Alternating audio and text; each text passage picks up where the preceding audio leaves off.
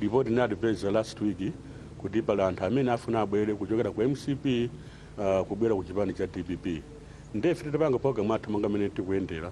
Ndipanga kuti okay, Monday tidzapita kudowa kuti tikalandire anthu amene achokera ku chipani cha MCP.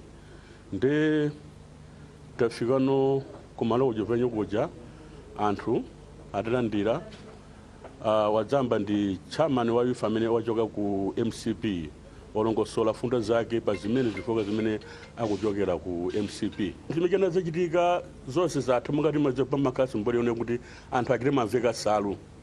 Timaveka salu kuti munthuyo tamulandira ku chipani cha DPP. Ndi anthu akitamba kwamveka salu kwapatsa ma t-shirt. Mpamene kwatamba no bweno miyala kwamene kugenda anthu acha. Ndete dzamvuno akugenda anthu. Kena ngapamita dzamba kutani kuti tazamba no kuthawa, tayamba kuthawa.